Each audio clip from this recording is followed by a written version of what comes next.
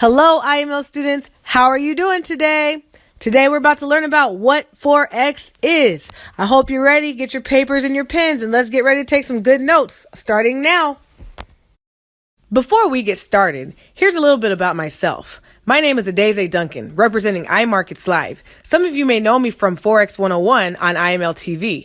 Also, I was an educator for 10 years, and now I'm here educating you on the facts and methods of Forex. In order to get started on this journey, you need to remember one thing and one thing only. I am a student, always.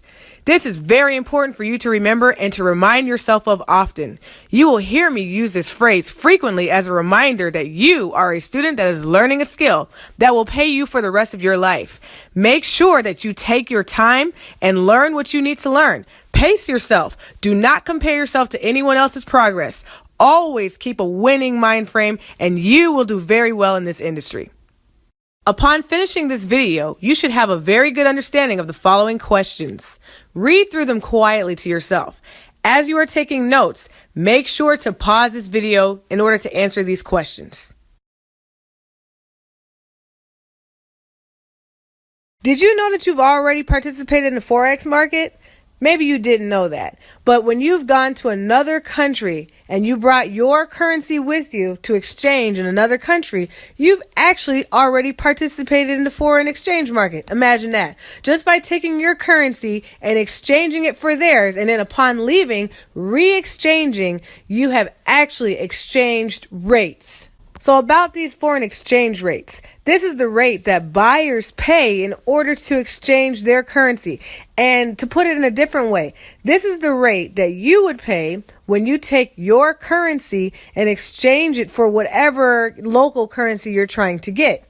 But then when you go back to change your currency, you have to use that same exchange rate because it costs money. You're pretty much buying that country's currency. And depending on the supply and demand for that currency at that particular time, it can change the rates. For instance, as we talked about with the market participants, if a certain currency is high on the demand list, and that means a lot of different participants are trying to get this foreign currency. If a lot of people are trying to get that, that means that currency is high in demand. So what do you expect the exchange rates to be? They're going to be much higher. Okay, so then that means if you're going to that country, your rate is going to be higher that you would have to pay out of your pocket. Now, if you go to a country whose exchange rate or whose currency is not that high at that time, it's not a very high demand on it, then you're not going to pay as much for the exchange rate. And that's how that works. Now, this is why you should have by now seen major market participants. If you have not seen this, I strongly suggest that you stop. Don't even go any further in this video. Go back and watch the major market participants. It is eye-opening. It will help you understand who you're up against and how this can influence your trading. So to jog your memory about the supply and demand.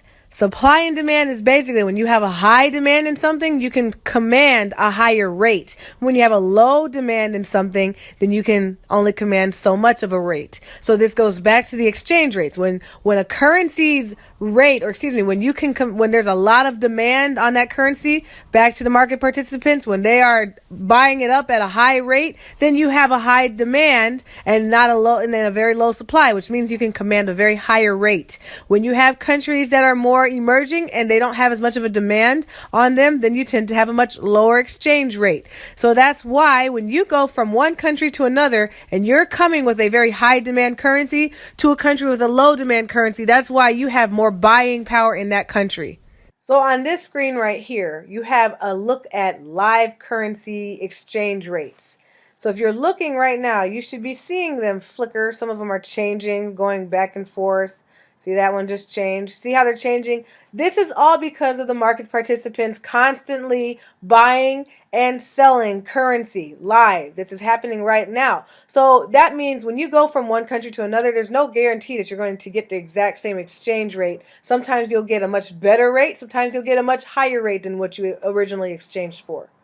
Just how big is Forex really in comparison to all of the other markets out there? So now you're looking at this graph.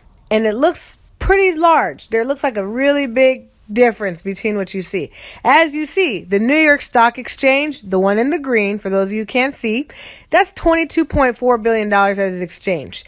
Then you have the Tokyo Stock Exchange, that's $18.9 billion that is exchanged on a daily basis. And then you've got the 7.2 London Stock Exchange, $7.2 billion is exchanged. Billion is quite a bit of money. Now, can you take a guess as to what you think the Forex market might be? How about Forex is a whopping $5.3 trillion per day exchanging industry, okay?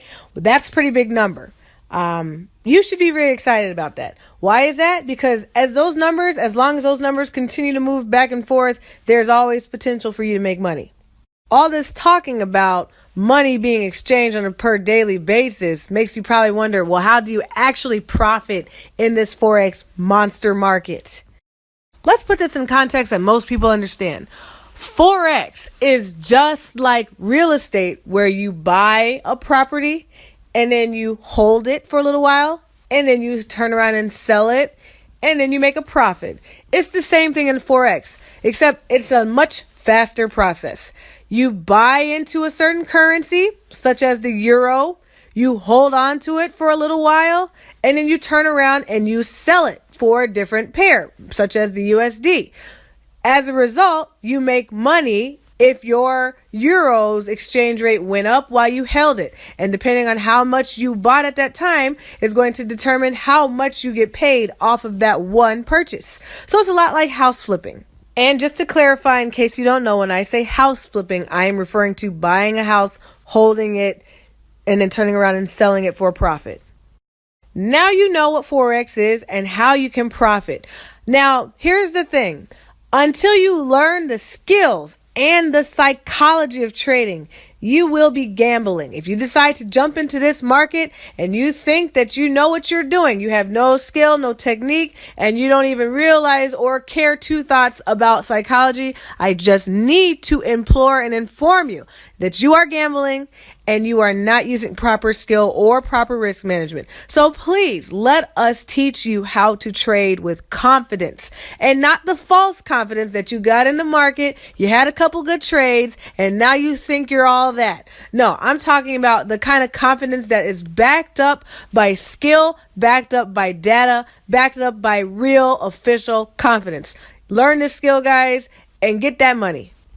Hey guys, thank you so much for watching. For a chance to have more of an interactive experience where you can talk with me and I can talk with you, please visit me on IML TV. I am your Forex 101 trainer, Adeze Duncan. See you in the next video. By now, you should have a good understanding of the following questions. Read them quietly to yourself, answer them, and when you are finished, go on to the next video in Forex Foundation 1 series.